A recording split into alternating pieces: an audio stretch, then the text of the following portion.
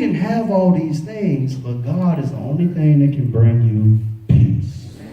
You can have all the money in the world and not have peace and not be satisfied. He says you drunk and you are not filled. You had clothes to put on, but for some reason you could not get comfortable. You could not get warm. He said, because when you brought that home and you didn't honor me first, God says, I blew it away.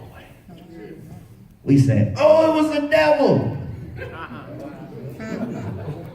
It wasn't the devil. First and foremost, it was your neglect for the substance or the source of your substance. It was your neglect, your failure to honor God with what he had given you. It wasn't the devil. You say, well, that's my heavenly Father. Why would God do such a thing?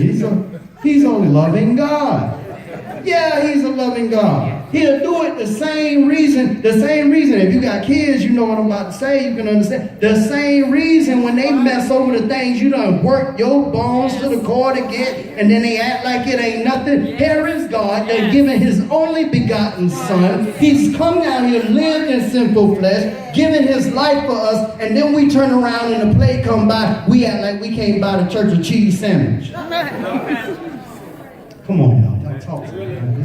This is the temple. Basketball time come around. Football come around. My child got to go to camp. $300-$400. It's time for a Youth for Christ conference. $80 a child. Child, that's too much money. Is the church going to pay for it? Have you put $80 a week in the plate? Oh, well. Don't blow it. And every time we honor ourselves first, Yes, sir. you're blowing it. You're blowing it. And you ought not give out of the necessity. Well, I'm going to give this to God, and I know because God's going to give me 100 back. Wrong attitude. Yes, sir. I'm going to give this to God because he is my source. Yes, God. I'm going to give this to God because I love the Lord. Yes. I got to give this back to God because if I don't give it back to God, if God don't bless me, I don't wake up. If God don't bless me, I don't breathe. If God is not mindful of me, I can't put one foot in front of the other. So forget about 3 jobs. If I don't honor the Lord first, I won't have the energy to get to nobody's job. God, come on now. So here we are. We got to consider our ways. And in the church, we have become so comfortable with the physical things and edifice and all that we forget where the priority really is. We forget that the temple of God is the people today. We forget that it's us. And if you really want to know how well the church is doing, don't look at the building. Don't even look inside the building. Take a snapshot of the people. And I don't mean just how they look physically. Jamal said it. Is there love there? Huh? Do they treat each other as they want to be treated themselves? And when you look at these things, you can know if these people honor God. Because I ought to love you, Brother Cooper, because my Father knows you. He loves you. And if there's God in you, watch this. How dare I hate you because there's God in you? Because you make a mistake don't mean I have the right to hate you, because you are a spiritual being wrapped in flesh. All have sinned. You are subject to the same issues I'm subject to. So if God loved you, who am I not to love him, forgive him, and to do the same things back? We got to start looking at each other. If God found value in you, then I ought to see value in you. How dare we come out to this place and look at each other less than? I'm getting somewhere. I'm getting somewhere. I'm almost my last point. Yeah, y'all all right? Don't go to sleep on me. Don't go to sleep on me. Praise God. Provisional punishment. He says, I blew it away. Why? Because my house lies in ruins, says the Lord, while all of you are busy building your own fine houses. Okay, keep reading. It's because of you that the heavens withhold the dew. Lord, I thought you were in charge of all that. Yes. But the Lord can bless you according to your honor for him. How do you show the Lord that you honor him? Watch. The temple was physical in that day. The Bible tells us that our bodies, we are the temple of God. If I want to also honor God, even today, I can look at how I treat the people and how I bring my substance or the lack thereof or the abundance thereof to the house of God.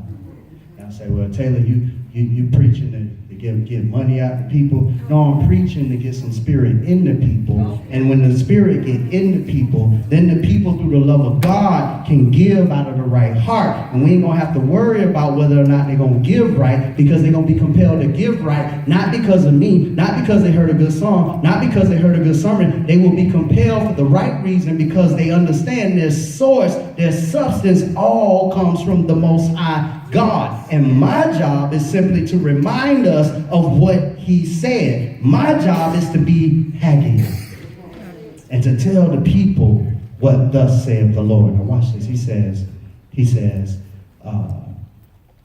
if it ain't one thing, it's another. How hard have you worked? And the moment you think you got to come up, the phone rings. You done work hard, and you looking at them numbers, and you say, man, this bill is paid, but I got this. This bill is paid, but I'm all right. And then you sit down, and it's not even a few, maybe a day. And here comes something. Kids got to go on a field trip.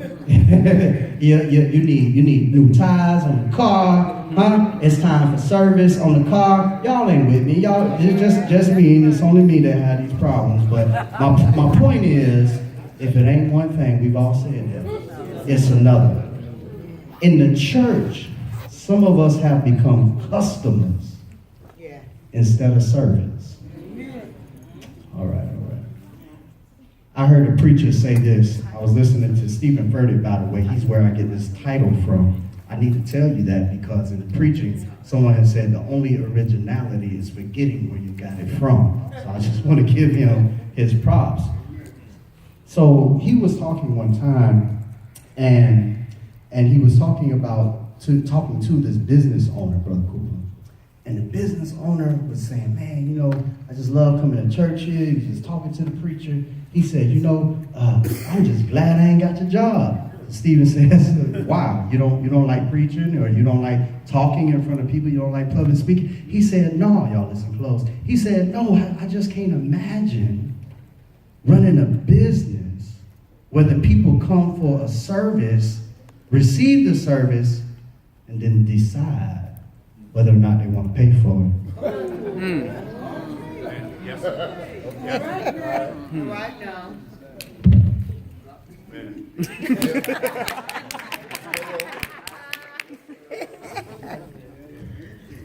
We come in this place, Lord, bless our life.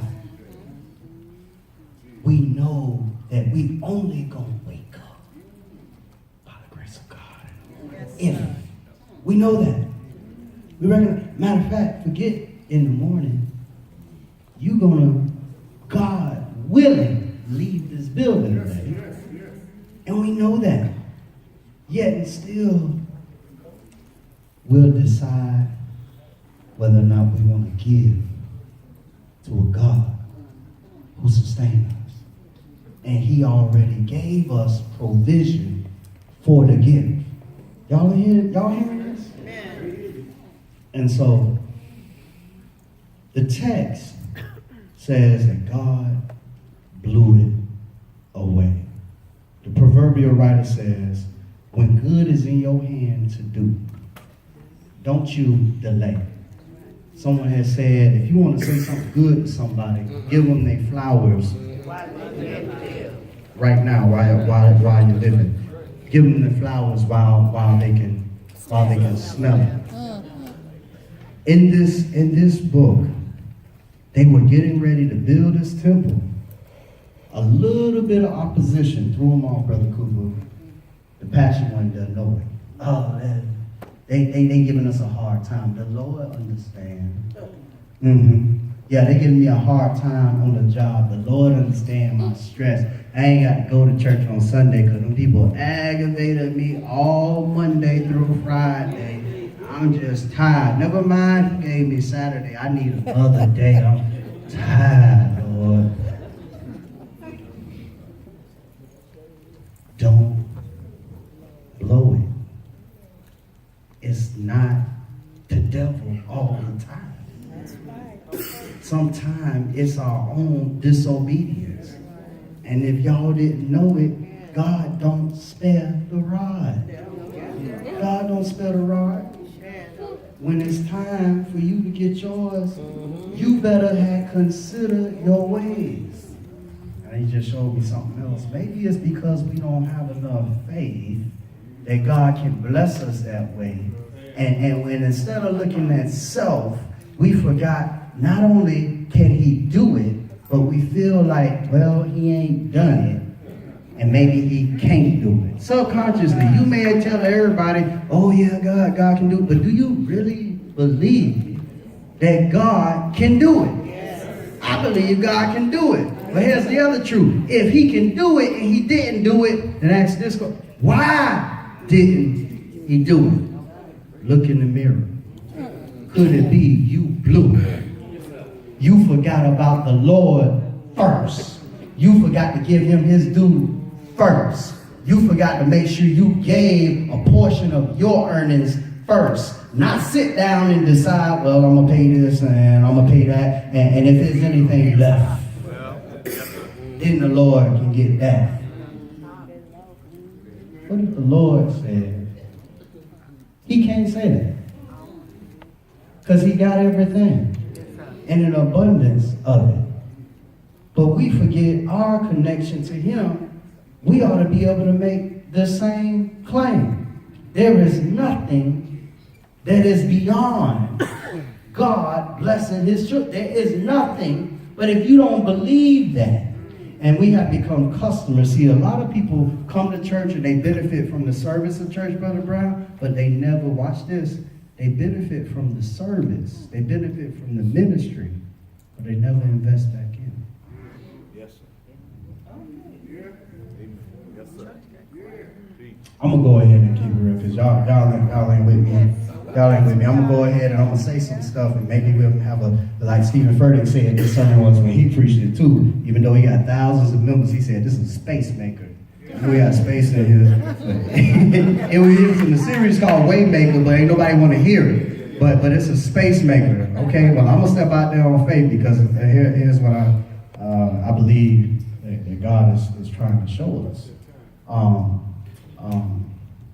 We have to not only put Him first, but we have to understand that we got to take care of this house. Lights stay on. Why? It's not falling out the sky. Huh? It's not falling out of the sky. Okay, what I mean by keep it real, here it go. Brother Taylor, this is an example. Brother Taylor, such and such passed. We want you to do the funeral. We want you to do the eulogy. And this is any preacher. I'm just speaking generically. Okay. We got it. We'll do it. Do it and go home empty-handed. That's what He's supposed to do, ain't it? Oh, wait a minute. Wait. Preachers have. Yes, sir. Yes, sir. Yes, sir. Mm-hmm. Yeah. I got a wife. Yes. I have 4 kids to take care of now. Yeah. I'm just using myself because I don't know anybody else's situation. And we do that. Like that's what this person has to do. And it's good to do. But you also honor God. Listen, when you honor the man of God. Come on, preacher. If I can't tell you this, and you're not Northbound, I'll tell you why, because I'm tired of this tradition that you got to bring in an older preacher to say stuff like this to your congregation. You know, you ought to be able to hear this. Watch the prophet. He says, hey, this lady done made a room, a table, somewhere for me to sit. And when that happened, when she thought about him and honoring, not because he was who he was, but because of who he represented. Say that. Yes, sir. Yes, sir. He represented God and took the word of God to, she said, we're going to do this for the man of God. He going back and forth, back and forth. He need to be able to take a break over here. Yes. And when she did that, Come on. she got blessed. Come on, preacher. What would happen if we brought, I'm going to use this word, I'm not saying I'm teaching the 10%, but I'm going to use this word. What would happen if we brought all Yes, sir. the tithes into the storehouse? Watch. And I'm not just talking about the preacher, because when you read that text, when you read the Bible, there are two things in this new covenant that have priority. Take care of the man of God and take care of God's people. Widow so-and-so need help. Well, we can't help you because our giving ain't. This really happened, y'all. Yes, sir. Sister, brother so-and-so can't pay the light bill. Come on, Come preacher. on. Yes, sir. And you may not have it individually, because we know we help each other individually. But I don't understand how we can be 140 plus people. Okay. Come on, preacher. I don't understand Tell it. how we can be 144 plus people, Brother Cooper, and can't handle a $500 light bill. I just don't, oh, you know what? Maybe it's because Come on. we harvest much and brought home little. Maybe it's because the Lord's house is still in ruins. So when I go into my pocket, there's nothing there. When I say my pocket, or when I say our pocket, I'm talking about the church pocket. Because we want the help to be there, but it's not there. And it's not there simply because I ain't preaching hard enough. It ain't there because we're not singing hard enough. It ain't there because somebody chose to do something for themselves before they did it for the Lord's house. It's because our priorities are jacked up. I almost said messed up, but I wanted some emphasis on that right quick. You need to understand, you're blowing it if you're not putting him first. Yes, sir. Yes, sir. Yes, sir. And then we get jealous of each other.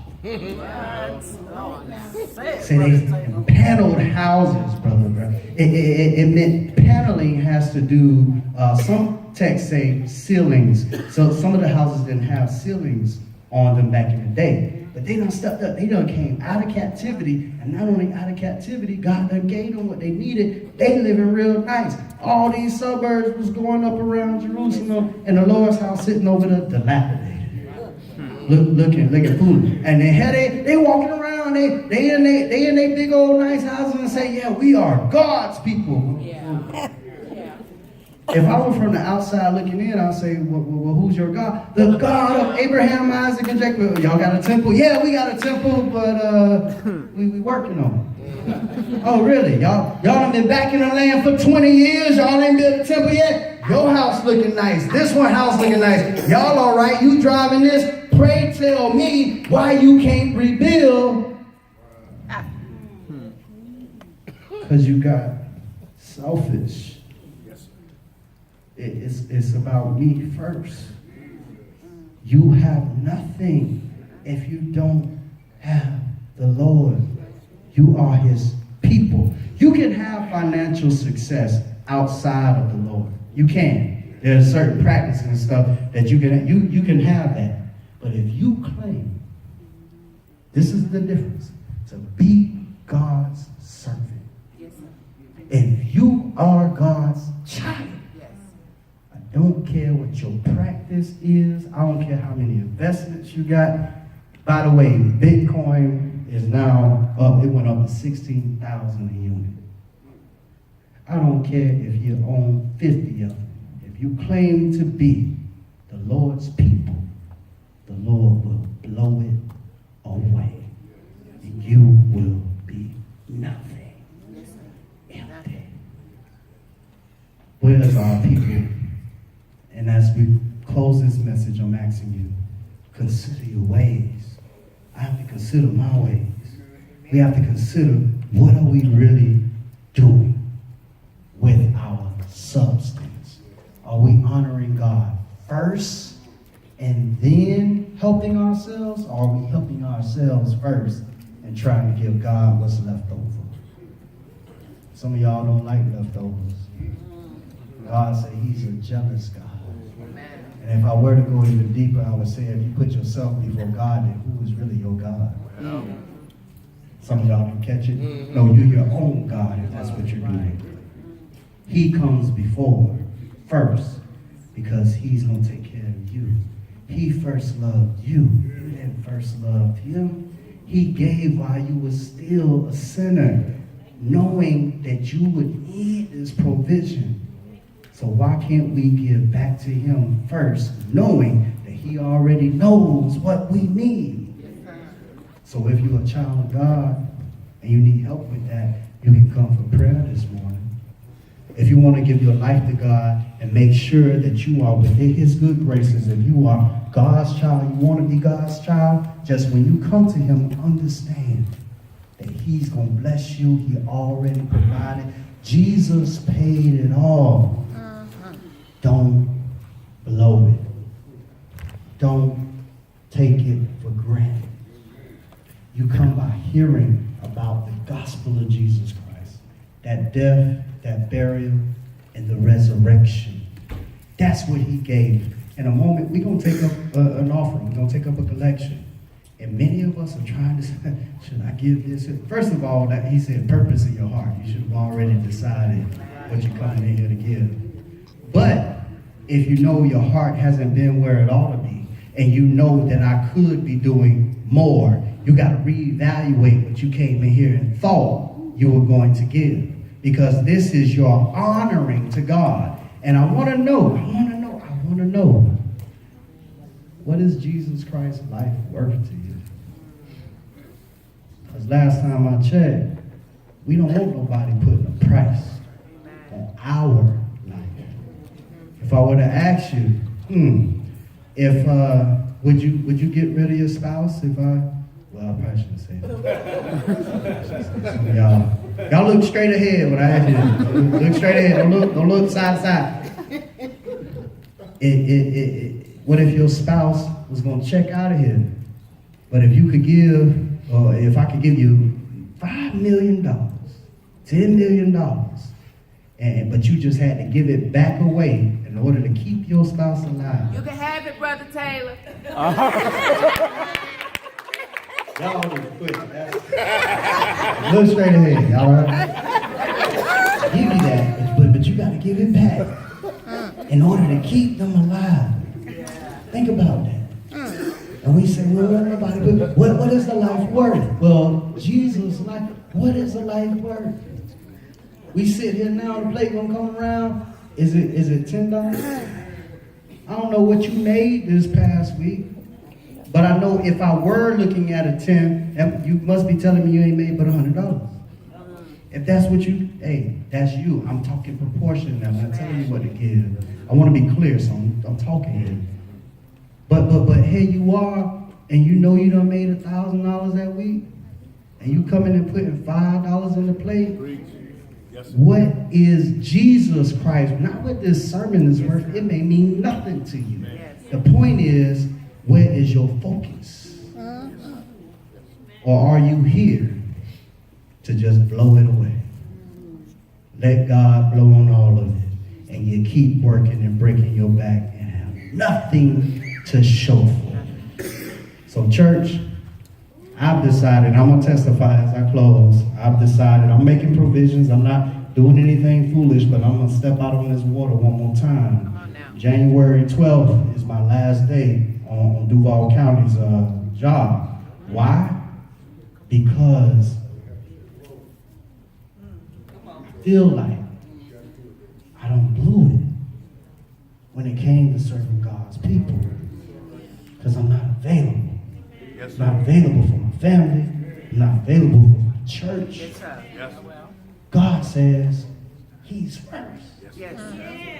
So if he gonna take, if I believe him, Brother Come on Cooper, now. I done stepped out at the beginning of Northbound and left where I was. Yes. And he showed me Yes. I already put provision in place. Yes. So who am I to say he done ran out of provision? That's right. Yes, sir. Can't say that. We gotta get out this boat and walk on water. Because every time, see, sometimes where Jesus at ain't where it's comfortable. The harder things get, most times, that means you getting closer to Jesus because Satan got to work just that much harder to make sure that he can't save you from the waves. And that will be because I'm getting closer to Jesus, not further away from. The fire is going to get hot, but you better rest assured, like the Hebrew boys came out, you going to come out without the smell of smoke on your body. And when you get on the other side, you going to praise God. And the next time somebody get ready to blow it, you get ready to tell them your testimony, and you can tell them, don't blow it, I blew it, but now I got what the Lord wants me to have. We are the head and not the tail. Wherever you are, won't you come? We'll stand and we'll sing this invitation.